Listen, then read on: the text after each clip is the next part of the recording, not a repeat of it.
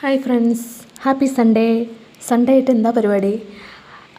എനിക്ക് ഇന്ന് സൺഡേ ആയിട്ട് എൻ്റെ കെട്ടിയോൻ ചെറിയൊരു നൈസായിട്ടൊരു പണിയൊക്കെ തന്നു.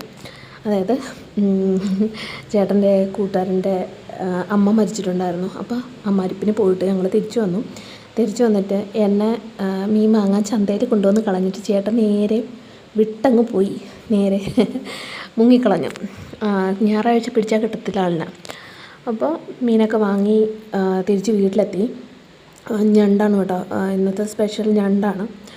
അങ്ങനെ ഞണ്ട് പ്രിപ്പറേഷനാണ് കേട്ടോ ഇന്നത്തെ വീഡിയോയിലുള്ളത്. അപ്പോൾ തേങ്ങ വറുത്തരച്ചിട്ടാണ് ഞാൻ ഞണ്ട് വയ്ക്കുന്നത്. അപ്പോൾ ആദ്യം കടു പൊട്ടിച്ചു അതിൽ ഇഞ്ചി മൂപ്പിച്ചിട്ടാണ് കേട്ടോ ഉള്ളിയൊക്കെ വഴറ്റുന്നത്. ഉള്ളി നന്നായിട്ട് വഴണ്ടതിന് ശേഷം ഇതിൽ തേങ്ങ വറുത്തരച്ചാണ് ഞാൻ ഞണ്ട് കറി വയ്ക്കുന്നത്. അപ്പോൾ തേങ്ങ വറുത്തിട്ട് ആ തേങ്ങ വറുക്കുന്നതിൽ കുരുമുളകും ഇഞ്ചിയും കൂടെ കൊത്തി അരിഞ്ഞിട്ടിട്ടുണ്ട് കേട്ടോ. എന്നിട്ട് തേങ്ങ മൂത്ത് വന്ന് കഴിയുമ്പോൾ അതിൽ മുളകും മല്ലിപ്പൊടിയും ആഡ് ചെയ്യാം. അതിനുശേഷം ഉള്ളി വഴറ്റിയിട്ട് നമ്മൾ ഈ തേങ്ങ വറുത്ത് വെച്ചിരിക്കുന്ന മിക്സിയിൽ അടിച്ച് ഈ ഉള്ളി വഴറ്റിയതിൽ ചേർത്തെടുക്കാം കേട്ടോ. അപ്പോൾ ഇത് റെഡിയാവുന്ന സമയം കൊണ്ട് ഞാൻ കുറച്ച് കിഴങ്ങൊക്കെ അരിഞ്ഞെടുത്തു. കിഴങ്ങില്ലാതെ എന്തോ മീൻകറിയില്ലേ. അപ്പോൾ ഉള്ളി വഴണ്ടു, അതിലോട്ട് ഞാൻ മിക്സിയിൽ അരച്ച് വെച്ചേക്കുന്ന അരപ്പ് ചേർക്കാൻ പോകണം കേട്ടോ. ഇത് അരപ്പ് ചേർത്ത് കഴിഞ്ഞു. പക്ഷേ പാത്രം ചെറുതായിപ്പോയി. ഞണ്ട് ഇത്തിരി ക്വാണ്ടിറ്റി കൂടുതലുണ്ട്, തോനെയൊക്കെ ഉണ്ട്.